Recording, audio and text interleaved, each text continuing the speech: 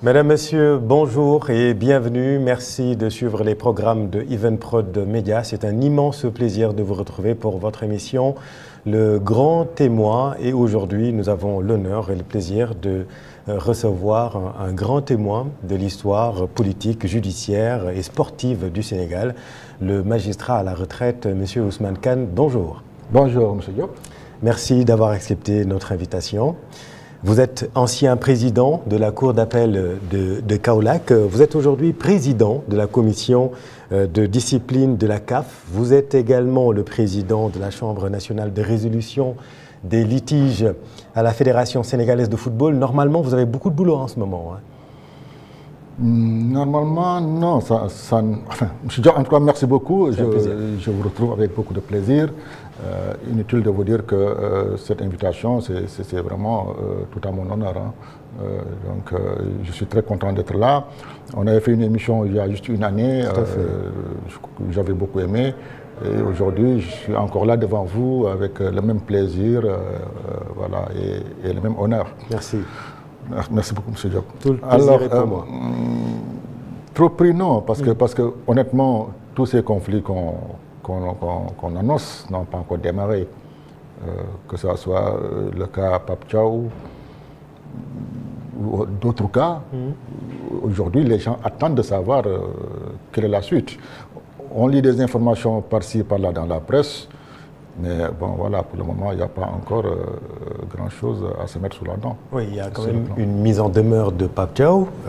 La date fatidique du 21 août, on va en parler bien entendu, parce qu'il y a une autre affaire également qui est attendue au niveau du tribunal arbitral du sport. Vous avez été justement premier conseiller auprès du TAS, le tribunal arbitral du sport, de 1999 à 2007, aux côtés de Feu Kéba Mbaye. Votre parcours, on peut le dire, est à l'intersection du droit et du football. Venons-en d'ailleurs dans le vif du sujet. Aujourd'hui, l'actualité, alors que l'officialisation de Patrick Vieira pour un contrat de sélectionneur à la tête donc des Lions du Sénégal semble imminente, parce que ce n'est pas encore fait quand même, on peut le dire avec quelques réserves. La FSF en tout cas a annoncé la nomination de Patrice Vieira, alors qu'il y a le contentieux financier de son prédécesseur, Pape Thiaw, qui n'est pas encore soldé. Comment comprendre cette situation? On nomme quelqu'un alors que le poste n'est pas encore vacant. Le poste n'est pas vacant, c'est relatif. On en a parlé un peu hors micro.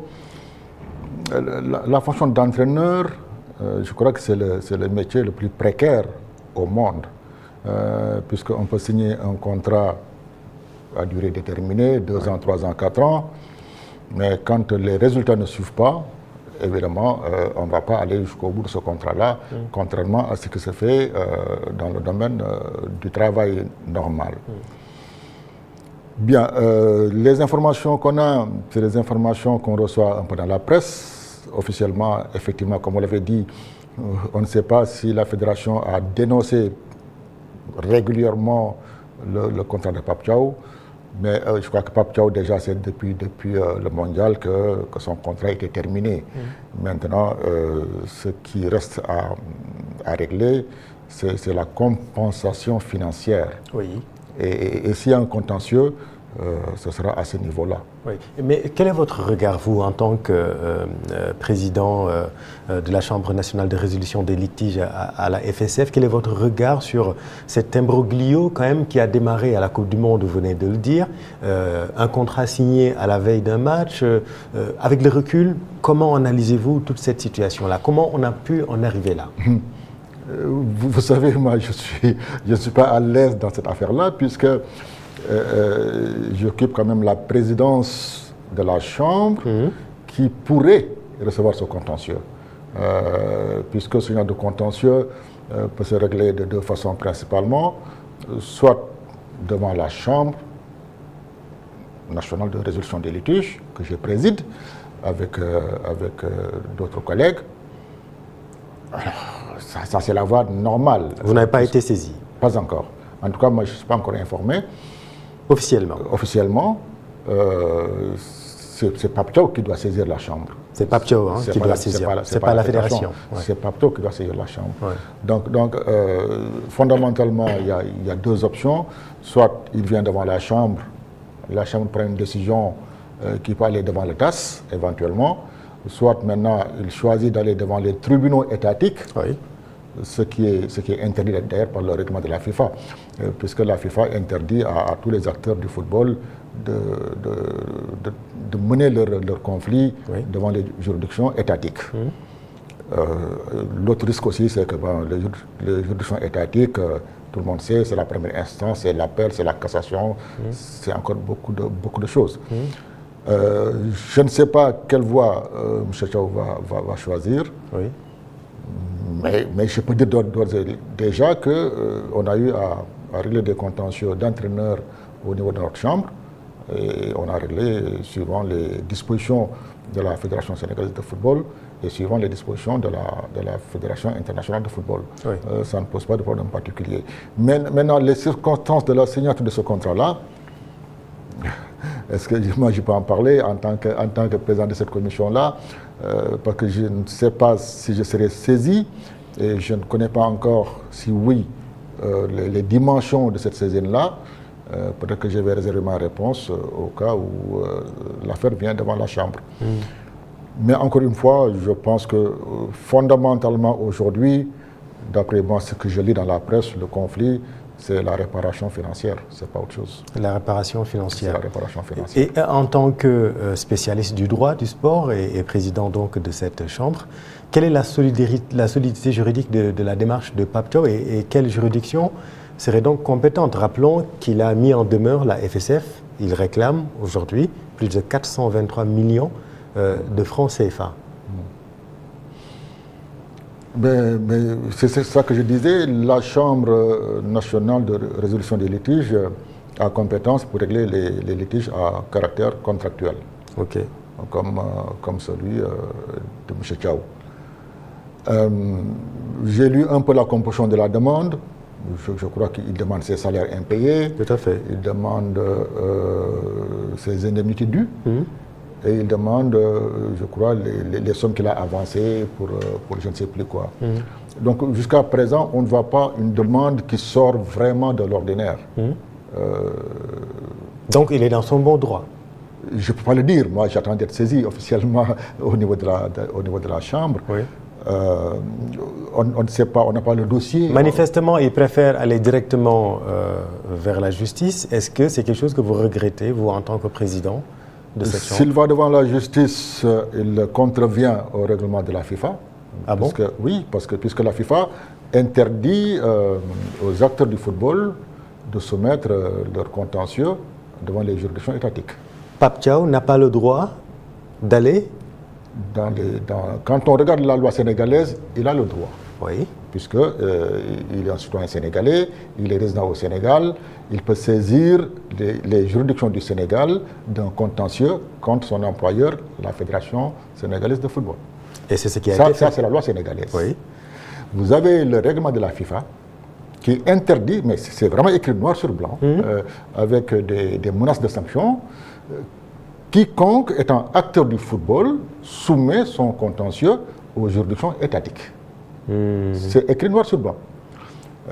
Et que si demain, M. Pape Thiaw soumettait son contentieux au tribunal du travail de Dakar, il pourrait avoir des ennuis avec la FIFA. Comme quoi, par exemple? Pour son futur comme entraîneur, déjà, il y a des amendes qui sont prévues, puisque l'objectif, c'est d'enlever aux tribunaux étatiques l'ensemble du contentieux en matière de football. C'est clair, c'est net. C'est vraiment écrit noir sur blanc. Il est interdit à un acteur du football, que ce soit joueur, entraîneur ou je ne sais pas quoi, de soumettre son conflit à une juridiction étatique sous peine de sanction. La sanction, ça peut être la suspension, ça peut être l'interdiction d'exercer, ça peut être une amende éventuellement. Oui. Donc il peut être sanctionné par la FIFA si jamais, en tout cas, il va au bout, parce que pour l'instant, rappelons-le, c'est une mise en demeure. Ah oui, ça. Et je crois que son avocat devrait le savoir. Maître Guedel Ndiaye. C'est le cabinet Maître Guedel Ndiaye. En plus, Guedel Ndiaye, Maître Guedel Ndiaye, qui est un avocat extraordinaire, et même arbitre au TAS. Donc, il connaît bien les règles de la FIFA en matière de contentieux. Et c'est un cabinet aussi qui a une réputation établie en matière de contentieux, social. Ça, c'est une chose. Mais je suis sûr que Maître Guedel Ndiaye, qui est un acteur du football, parce qu'il a défendu la fédération à plusieurs reprises, il est arbitre au niveau du TAS, je suis convaincu qu'il connaît le règlement de la FIFA qui interdit la soumission de ce genre de contentieux aux juridictions étatiques. Oui, au risque d'exposer son client. Ah ouais, ça c'est sûr. Ça, quand même, je peux le dire. Si Pape Thiaw saisit le tribunal du travail de Dakar, la FIFA pourra le sanctionner pour ça. C'est vraiment écrit noir sur blanc. Donc, on peut dire que cette mise en demeure est un effet de manche. Non, c'est juste une façon de dire à la fédération, il y a beaucoup de sommes qui pourraient m'être dues, mais moi, je vous demande de me payer ça, et ça, et ça. Donc, ça permet de fixer, pour le moment, les contours du contentieux. Oui. Et là, on ne parle pas encore du nouveau contrat qui a été signé avant le match contre la Norvège. Ben, je crois que c'est un tout. Je crois qu'il ne peut pas y avoir de contentieux. Oui. Il ne peut y avoir qu'un contentieux. Parce que là, il ne demande que les arriérés voilà, de salaire. Ça. Bon, est-ce qu'il a abandonné maintenant tout ce qui suit par rapport aux résultats sur le terrain? Je n'ai aucune idée. Mais il ne peut pas y avoir de contentieux. On ne peut pas faire une mise en demeure pour certains montants et réserver la suite pour d'autres montants. Je crois peut-être qu'il a fait le deuil de ce qui suit pour maintenant se concentrer sur vraiment les sommes qui lui paraissent incontestables. Le passif. Voilà. Oui. Encore une fois, je parle en prenant les pincettes, puisque si, contrairement à ce que vous pensez, il vient à la Chambre au lieu d'aller devant le tribunal, ce contentieux sera soumis à l'organe que je dirige. Oui. Donc moi, je reste que dans les généralités, vous savez. Mais encore une fois, je suis sûr que Maître Guedel Ndiaye, qui est un tenant du barreau et qui est un fin connaisseur du droit du sport, sait très bien que la FIFA ne permet pas que les contentieux en matière de football aillent devant les juridictions étatiques. Oui. Bon, il y a beaucoup de difficultés à ce niveau-là, puisque beaucoup de pays européens contestent cette même mise de la FIFA sur le contentieux. Des pays comme la Belgique sont très réticents en disant non, mais le juge naturel du footballeur, c'est le juge étatique. Oui. Et qu'on ne voit pas pourquoi on va obliger un footballeur à ne pas aller devant son juge naturel, parce que simplement il y a une convention qui est ainsi rédigée, une convention unilatérale. Parce que les footballeurs, on ne demande pas leur avis quand on fait les règlements. Donc ils disent on ne peut pas opposer aux footballeurs une convention unilatérale comme ça dans un règlement pour qu'ils ne puissent pas aller devant son juge naturel qui est le juge étatique. Ça, c'est un combat qui date de très longtemps. Depuis le début du TAS, les autres sports n'ont pas eu de problème, mais le football a souvent émis ce genre de contestation en disant non, mais vous ne pouvez pas nous enlever tout le contentieux. Et aujourd'hui, il y a des démarches qui sont faites au niveau de la Commission européenne pour quand même enlever à la FIFA cette même mise sur le contentieux sportif. Oui. Donc, en d'autres termes, après, c'est peut-être un choix pour le Pape Thiaw et ses conseils d'aller directement vers le tribunal de Dakar, quitte à être sanctionné par la FIFA, parce qu'on imagine naturellement que Maître Guedel Ndiaye connaît ces dispositions-là. Est-ce que si jamais quand même il va au bout de cette logique, il peut avoir gain de cause? Oui, c'est une partie qui connaît ses droits, qui maîtrise le contentieux social. Oui. Mais le doute que moi j'émets, c'est que ce genre de contentieux-là, ça prend du temps. Vous avez, comme je dis, la première instance qui va statuer. Il faut d'abord la tentative de conciliation. Ensuite, le juge va prendre une décision au bout d'un processus qui peut être plus ou moins long. Ensuite, cette décision peut aller en appel. Ça va prendre un processus plus ou moins long. Ensuite, ça va aller à la cassation. Ensuite, ça va revenir éventuellement. Est-ce que pour un entraîneur de football, c'est quelque chose qui est envisageable? Ça peut prendre 2 ans, 3 ans, 4 ans, 5 ans avant qu'il rentre dans ses fonds. Ah oui. Oui, bien sûr. Mais vous savez, c'est aussi ça. Hein. Les décisions en matière... On lui doit ces sommes. Mais oui, mais c'est vous qui le dites, M. Diop. Oui. La fédération va avoir son avis, sauf si la fédération consent à payer les sommes sans contester. Oui. En ce moment-là, ce sera au niveau de la conciliation, ou même avant la conciliation, elle peut payer. En ce moment-là, le contentieux prend fin. Ou alors, la fédération ne paye pas, le contentieux va devant le juge social, qui va appeler les parties pour une conciliation. Des négociations menées par le juge, ou éventuellement par un inspecteur du travail. Ça ne marche pas, l'affaire est reversée au contentieux. Oui. Un délai est donné aux parties qui demandent de conclure. La partie qui répond, la fédération aura un délai pour conclure. Ensuite, il peut y avoir une réponse, une réplique. Tout ça, ce n'est pas en termes d'une semaine, c'est en termes peut-être de mois, n'est-ce pas? Surtout quand on voit le tribunal de Dakar, comment il est encombré. Comment il est encombré. Oui. Alors, au fin du processus, le juge va rendre sa décision. Je ne sais pas dans quel sens. Cette décision pourrait être frappée d'appel. S'il y a exécution provisoire, la fédération pourra demander la suspension de cette exécution provisoire-là devant le juge de l'appel. En appel, on recommence le même processus. L'appelant a un délai pour conclure, l'autre partie a un délai pour conclure, réplique, duplique, ça c'est aussi en termes de plusieurs mois. Bien sûr, ça peut aller loin. Ensuite, la cour d'appel prend la décision. Oui. Cette décision, en règle générale, sur le plan de la condamnation, va être exécutoire, parce que c'est l'appel. Mais chaque partie peut aller en cassation devant la Cour suprême. Ça va encore prendre beaucoup plus de temps. Oui. Et aujourd'hui, moi, je sais d'expérience que si M. Thiaw allait devant le tribunal de Dakar, mais pour la fin de cette procédure jusqu'à un appel, ce n'est pas moins de 2 ans, 3 ans. C'est pas moins de 2 ans. C'est pas moins de 2 ans, 3 ans. Demander. Si la fédération conteste. Hein. Si la fédération conteste. Maintenant, si la fédération dit écoutez, je paye, je fais le chèque, évidemment, le contentieux prend fin. Ouais. Immédiatement. Ouais. Voilà. Bon, c'est pourquoi j'ai dit, au-delà des textes de la FIFA, la soumission d'un contentieux aux juridictions étatiques, le problème majeur, c'est le temps que ça prend. Et le délai.